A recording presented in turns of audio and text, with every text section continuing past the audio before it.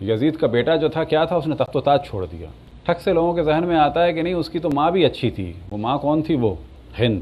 غلط فہمی ہے، وہ ہند کا بیٹا نہیں تھا، اس کی ماں بھی خبیث تھی۔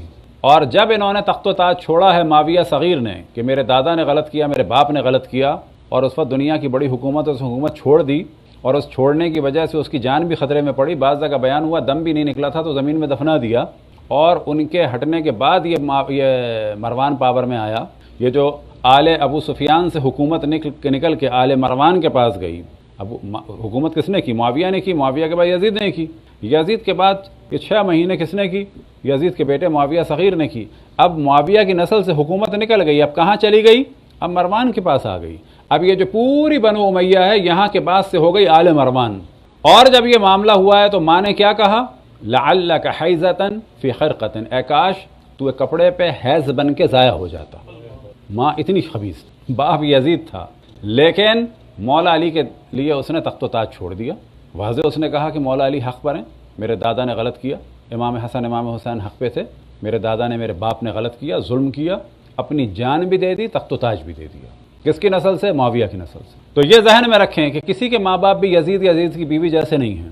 اور یہ بھی ذہن میں رکھیں، کسی بھی قوم قبیلے کا ہو، کسی بھی قوم قبیلے کا ہو، کسی بھی قوم قبیلے کا ہو، یہ ہم لوگ خاندانوں کو زیادہ دیکھتے ہیں۔ ہاں، اگر خاندان میں برائی ہو رہی ہے ضرور دیکھنا چاہیے، لیکن فرض یہ کریں کہ کسی بھی ایک حتیٰ ناچنے گانے والے خاندان کا کوئی ہو، لڑکا مومن ہے، لڑکی مومن ہے، تو پھر اس کے خاندان کے اوپر اتنا نہ جائیں، کیونکہ آل مروان سے بھی منا اہل البیت نکل سکتا ہے۔ نہ یہ دیکھیں کہ جی اچھے خاندان کا ہے تو شرابی لڑکا بھی چلے گا، جی ہے سید جعفری آبدی۔ نہ یہ دیکھیں کہ جی ان کی خاندان اچھا نہیں تھا، کیونکہ ہمارے یہاں خاندان عام طور پہ چلتے ہیں اس کی بنیاد پہ، جی تیلی ہے نائی ہے، تیلی نائی کوئی خاندان نہیں ہوتا، یہ تو ایک نوکریاں ہوتی ہیں۔ سابقہ دور میں یہ تھا، نانا کا وہ باپ کا کولو ہے، تو جب باپ کا کولو ہے تو کرنا کیا ہے؟ سرسوں اٹھا کے ڈالنی ہے۔ دوسرا کاروبار مشکل تھا، تیلی ہو گئے، کوئی نائی ہو گیا، کوئی قصائی ہو گیا۔ یہ خاندان نہیں ہے، یاد رکھ، یہ اقتصادی کیٹیگریز بنائی ہیں کہ جو انڈیا میں بڑی غالب ہو گئی ہیں۔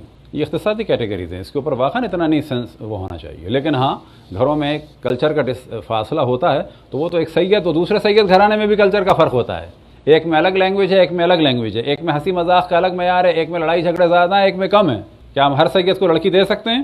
کیا ہر سید سے شادی کر سکتے ہیں؟ نا، وہ جو ایک مینٹل لیول ہے، جو خاندانوں میں فرق ہے، وہ سادات میں بھی ہوتا ہے، تو وہ ایک بالکل الگ موضوع ہے۔ لیکن کسی کو مال کی بنیاد پر پورے خاندان کو جو ہے نیچ سمجھنا، یہ بالکل تعلیمات اہل بیت کے خلاف ہے۔ یہی وجہ ہے کہ امام زمان علیہ السلام کے 2 اصحاب خاص کون ہیں؟